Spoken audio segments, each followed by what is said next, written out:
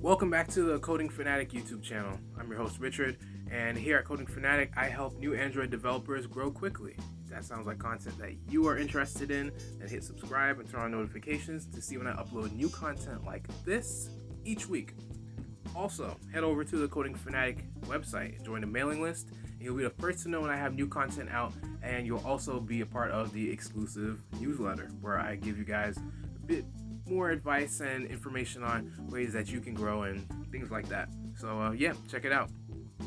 I interviewed with this one company, and this one was for a help desk role, and they wanted the A+ certification. The CompTIA A+ cert was one of the main requirements. Now I happen to be A+ certified. I was then, and I am to this day.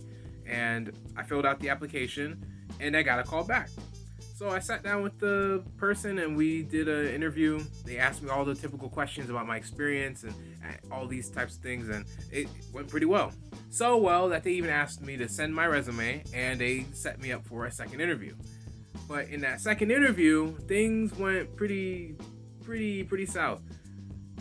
They asked me the exact same questions that they did in the first interview. And I'm not exaggerating. It was word verbatim the exact same things, and in order, about how long I've been in the industry, if I'm certified or not, if I'm willing to travel. It was the same exact interview all over again.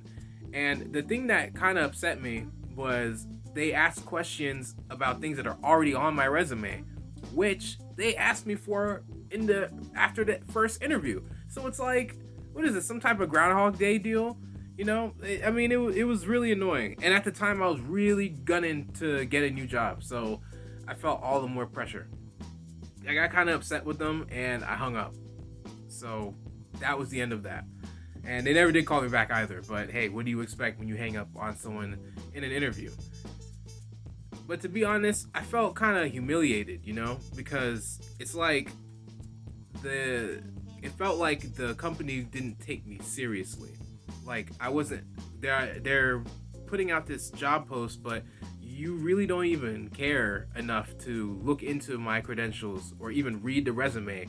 And you asked me for the resume in the first place, so come on. There was another time where I went through a similar frustration during an interview process. So this other job was for a developer role, and they asked me, it was just the beginning part, they asked me what languages I knew, how many years experience I had, things like that. And we messaged back and forth for a bit, and in the end I sent them my resume and my salary requirement for the position. So I wasn't looking too serious. I wasn't looking for a job too seriously at the time. I was just putting applications out, putting out feelers, just in case anything were to happen. But after about maybe like a month, I was like, I haven't heard back from these people yet. So part of me figured, well, maybe I just didn't get the job, because that happens sometimes, right? You get ghosted. But I decided to reach out and say, hey, just wanted to follow up. Do you need any more information from me? Do you know what the status is of the job? Whatever. And they messaged me back and said, oh, I didn't know that you were still interested in the role. And I'm really like burning up here, because you asked me to send you my resume and give you my resume and tell you what I was looking for. And then you just ghosted me and then came back and said, oh, I didn't even know you. Hey, look, man, I didn't even know you still wanted this job. Like, whoa, what kind of foolishness is that, man? It's ridiculous. So needless to say that applying for jobs can be very frustrating. It can definitely get kind of rough.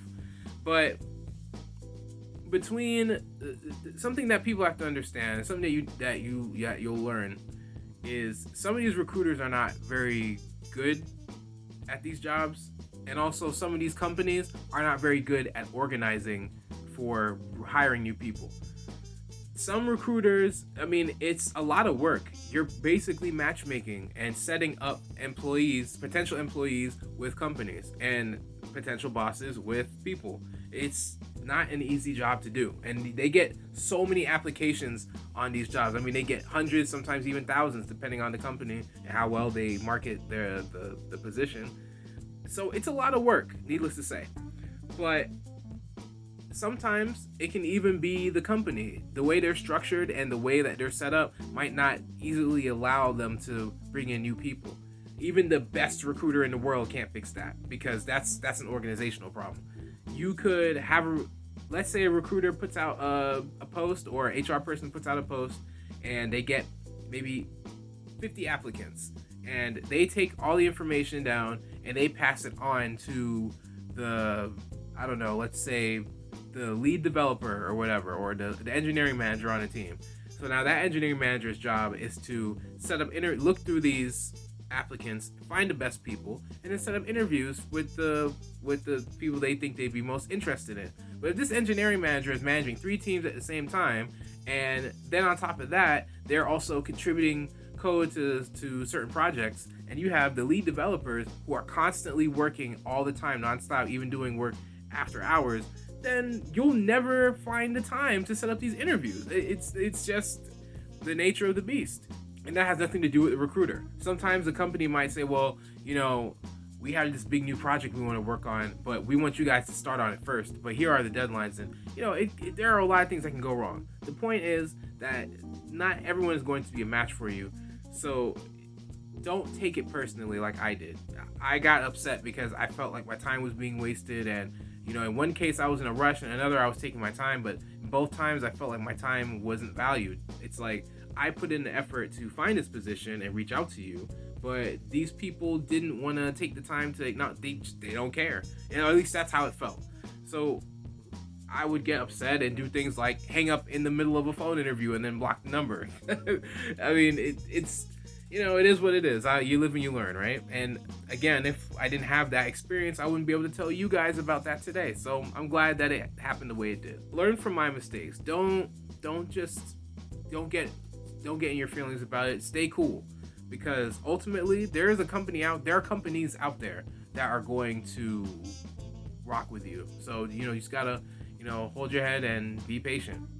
There will be many interviews, there will be many recruiters and many companies, but there's only one of you.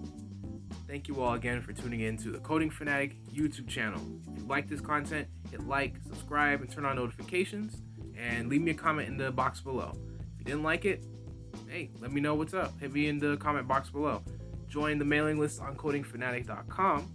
Get access to the newsletter, and you'll be the first to know when new content like this comes out each week. So again, I'm your host, Richard, signing out, and I'll see you all in the next one. Peace.